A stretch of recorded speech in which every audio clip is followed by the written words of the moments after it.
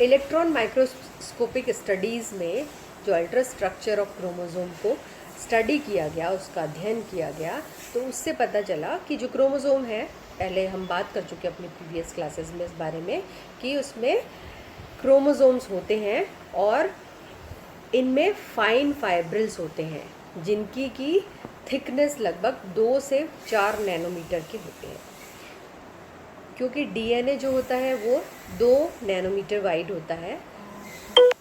तो ये एक पॉसिबिलिटी है कि जो सिंगल फाइब्रिल है वो सिंगल डीएनए मॉलिक्यूल्स को कॉरेस्पेंड करता हो। बहुत सारे मॉडल्स क्रोमोसोमल स्ट्रक्चर्स को देके किस तरीके का क्रोमोसोमल स्ट्रक्चर प्रेजेंट होता है उसको लेके बहुत सारे मॉडल्स प्रपोज किए गए अलग अलग समय पर। और अभी जो क्रोमोसोमल मॉडल के लिए स्ट्रक्चर के लिए जो मॉडल है वो folded fibril model mostly accepted है। तो जो recent and widely accepted theory है वो दी गई थी ड्यूप्रो एंड हेंसरिस ने। ड्यूप्रो 1965-1970 और हेंसरिस 1967 में इन्होंने इसको यूनी स्ट्रैंडेड थ्योरी बोला था। हर यूकैरियोटिक क्रोमोसोम में जो यूकैरियोटिक क्रोमोसोम होता है उसमें सिंगल और ग्रेटली इलांगेटेड मतलब बहुत लंबी एक श्रृंखला होती है न्यूक्लियोप्रोटीन्स की, जो कि बहुत ज़्यादा कुंडलित होती है, हाईली फोल्डेड होती है। और ये जो फाइबर है उसकी थिकनेस 100 एंगस्ट्रॉम होती है। जो न्यूक्लियोप्रोटीन फाइबर होते हैं वो सिंगल, लिनियर और डबल स्ट्रैंडेड डीएनए मॉलिक्यूल्स के बने होते हैं और ये जो मॉलिक्यूल्स होते हैं वो आपस में लिपटे होते हैं, रैप्ड होते हैं और उनके साथ इक्वल अमाउंट ऑफ हिस्टोन और नॉन हिस्टोन प्रोटीन्स प्रेजेंट होती है और variable amount of different type of RNA मौजूद रहते हैं। ड्यूप्रो जो थे उन्होंने फोल्डेड फाइबर मॉडल को रिप्रेजेंट किया था, उसको प्रतिपादित किया था और उसको दिखाते हुए इन्होंने ultra structure of chromosome show करा था। जो फोल्डेड फाइबर मॉडल है उसके हिसाब से क्रोमोसोम्स जो होते हैं उनमें क्रोमेटिन फाइबर्स,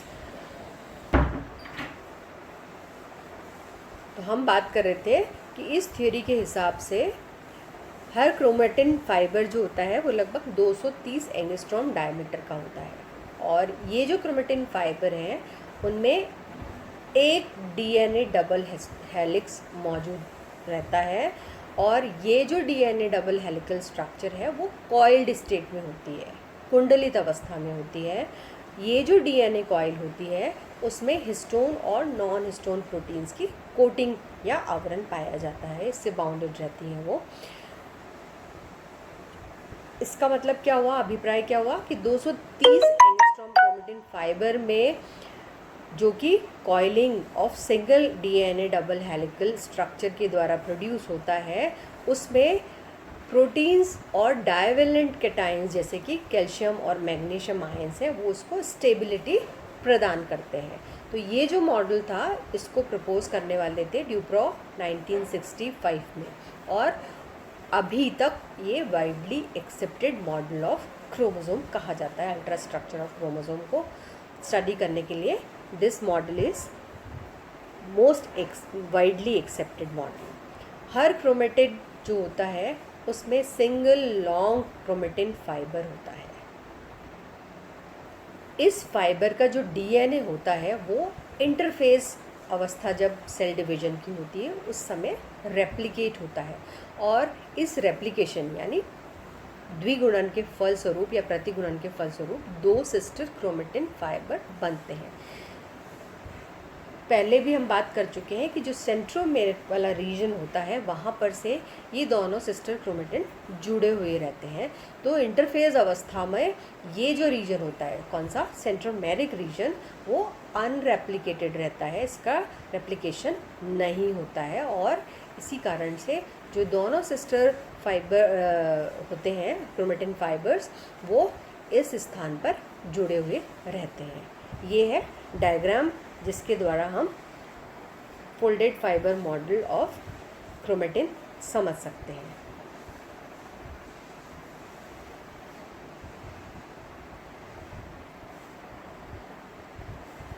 ये है फोल्डेड क्रोमेटिन फाइबर्स। सेंट्रोमियर पर फर्स्ट स्टेज जो दिख रही है उसमें नॉन रेप्लिकेटेड फेज़ में है, यहाँ पे जॉइंड है, और इस तरीके से ये फोल्डेड फाइबर थ्योरी दिखाई देती है। फोल्डिंग ऑफ क्रोमेटिन फाइबर्स जो होती है वो, उसका फ़ायदा क्या होता है कि ये जो डीएनए मॉलिक्यूल होता है उसकी लेंथ को रिड्यूस कर देती है और उसकी थिकनेस और स्टेबिलिटी को बढ़ा देती है। ये जो फोल्डेड स्ट्रक्चर होता है वो सुपर कॉइलिंग करता है, मतलब कॉइल्ड है और फिर और से कॉइलिंग होती है, और इसके फलस्वरूप भी क्या होता है, उसकी थिकनेस बढ़ जाती है और लेंथ जो होती है क्रोमोसोम की वो बहुत रिड्यूस हो जाती है। तो ये जो डायग्राम है उसमें folded fibre model of chromosome दिखाया गया है। मेटाफेज क्रोमोसोम कैसे दिखाई देते हैं, दो सिस्टर क्रोमेटिड दिखाई देते हैं और सेंट्रोमियर पे से ये दोनों सिस्टर क्रोमेटिड जुड़े हुए हैं। सब्सिक्वेंटली क्या होता है, जो क्रोमेटिन फाइबर है वो भी रेप्लिकेट होता रहता है इन सेंट्रोमेरिक रीजन पे। जब मेटाफेज, लेट मेटाफेज शुरू हो जाता है और एनाफेज आने वाला होता है, और जब दो सिस्टर क्रोमेटिन पृथक होके दो डॉटर सेल्स बनाने की तरफ अग्रसर होते हैं, तब क्रोमेटिन रीजन जो सेंट्रोमेरिक रीजन होता है वहाँ पर भी क्रोमेटिन रेप्लिकेशन होने लग जाता है और यहाँ पर से भी ये जो है वो सेपरेट हो जाता है। सेल डिवीजन जब होता है तो दो सिस्टर क्रोमेटिन फाइबर्स जो होते हैं वो बहुत ज़्यादा फोल्डिंग करते हैं सेपरेटली और इरेगुलर मैनर में, और फिर फलस्वरूप जो लास्ट स्टेज आती है एनाफेज की, उस समय पर दो सिस्टर क्रोमेटिड्स में परिवर्तित हो जाते हैं। क्रोमोसोम की जो कॉम्पोजिशन है उसमें जो क्रोमोसोम्स हैं वो जिस मटेरियल से कंपोज्ड ऑफ होते हैं उसको क्रोमेटिन कहा जाता है। फ्लेमिंग ने क्रोमेटिन वर्ड को सबसे पहले कॉइन किया था, इन्होंने इंट्रोड्यूस किया था 1879 में। क्रोमेटिन क्या होता है, ये इसमें प्रेजेंट जो बेसिक डाइज के प्रति इसकी एफिनिटी होती है, जैसे कि एसिटोकार्मिन है या फेल्जिन है, बेसिक फ्यूशिन है, ये जो रिएजेंट हैं उनकी प्रोफेज स्टेट पे जो एफिनिटी है उसके आधार पे दो ग्रुप्स में डिवाइड है। डार्कली स्टेन जो रीजन होते हैं उस क्रोमेटिन को कहा जाता है हेट्रोक्रोमेटिन, जबकि लाइटली स्टेन जो रीजन होते हैं वो क्रोमेटिन के कहलाते हैं यूक्रोमेटिन। ये जो डिफरेंट स्टेनिंग कैपेसिटी होती है डिफरेंट पार्ट ऑफ क्रोमोसोम की, उसको कहा जाता है हेट्रोपिक्नोसिस, यानी दो आपको अलग अलग पार्ट, हाईली डार्क और लाइटली स्टेन जो रीजन्स दिखाई देते हैं, वो क्वालिटी है उसको हेट्रोपिक्नोसिस कहा जाता है। हेट्रोक्रोमेटिन जो होता है, ये जो हेट्रोक्रोमेटिन है, लाइटली स्टेन रीजन जो डार्कली स्टेन जो रीजन होते हैं वो अगेन दो कैटेगरीज में डिवाइड कर सकते हैं हम। एक होता है कॉन्स्टिट्यूटिव और दूसरा होता है फैकल्टेटिव। दोनों में अंतर क्या होता है, कॉन्स्टिट्यूटिव जो हेट्रोक्रोमेटिन है या डार्कर रीजन जो क्रोमेटिन का होता है वो सभी सेल्स में आइडेंटिकल पोजीशंस पे प्रेजेंट होता है।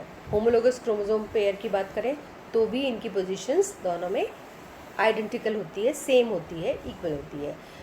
दूसरा जो कैटेगरी है फैकल्टेटिव, इसमें डिफरेंट स्टेजेस होती है सेल की, स्टेट ऑफ डिफरेंट सेल जो टाइप्स हैं उनमें डिफरेंट स्टेजेस पर, और कभी कभी ऐसा भी देखा गया है कि जो होमोलोगस क्रोमोसोम्स हैं वहाँ पर भी ये वेरी करते हैं। कौन से, facultative heterochromatin. Composition of chromosomes में ये एक डायग्राम दिखाया गया है जिसमें जो ऑरेंज रीजन्स हैं वो इंडिकेट कर रहे हैं हेट्रोक्रोमेटिन को, पर्पल रीजन जो है वो यूक्रोमेटिन को, और ये जो क्रोमोसोम है वहाँ पर सेंट्रोमियर को भी दिखाया गया है। जो लास्ट एंड्स होते हैं क्रोमोसोम के वो टेलोमियर, जिसकी बात हम पहले अपनी प्रीवियस क्लासेस में भी कर चुके हैं।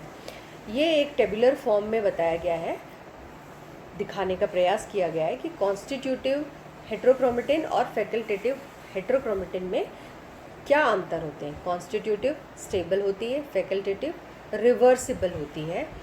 कॉन्स्टिट्यूटिव में सैटेलाइट डीएनए प्रेजेंट होता है। ये फैकल्टेटिव जो हेट्रोक्रोमेटिन है वो लाइन सीक्वेंस में एनरिच्ड होती है। पॉलीमॉर्फिज्म कॉन्स्टिट्यूटिव में प्रेजेंट होता है, फैकल्टेटिव में पॉलीमॉर्फिज्म नहीं पाया जाता है। कॉन्स्टिट्यूटिव हेट्रोक्रोमेटिन सी बैंड्स के साथ होती है, जबकि फैकल्टेटिव में सी बैंड एब्सेंट होते हैं। ये एक चित्र दिखाया गया है। आप जब अपने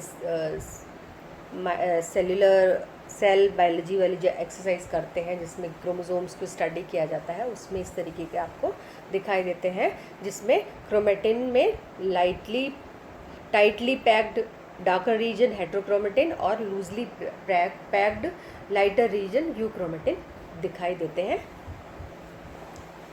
कैरियोटाइप और इडियोग्राम क्या होते हैं? ये एक कैरेक्टरिस्टिक फीचर है जिसके द्वारा ये बताया जाता है कि जो सेट ऑफ क्रोमोसोम होते हैं किसी भी स्पीसीज़ में, वो आइडेंटिफाई कर सकते हैं। जनरली जो कैरियोटाइप है वो क्रोमोसोम को डिसेंडिंग ऑर्डर ऑफ साइज में दिखाते हुए प्रेजेंट किया जाता है, और उनमें जो सेंट्रोमियर होता है वो सेम लाइन पर रिप्रेजेंट किया जाता है, दिखाया जाता है। कैरियोटाइप जो होते हैं स्पीसीज़ के, वो डायग्रामेटिकली प्रेजेंट किए जा सकते हैं। जो भी क्रोमोसोम के मॉर्फोलॉजिकल फीचर्स हैं उनको दिखाते हुए, और इस तरीके के जो डायग्राम्स होते हैं जिनमें इसको डायग्रामेटिकली रिप्रेजेंट किया जाता है, उसको कहा जाता है इडियोग्राम या इडियोटाइप्स। यह है idiogram, diagrammatic representation of chromosomal morphology. एक पर्टिकुलर स्पीसीज़ की, एक पॉपुलेशन की, और इसी को इडियोग्राम्स कहा जाता है। ये पूरे क्रोमोसोम्स जो हैं वो दिखाई दे रहे हैं।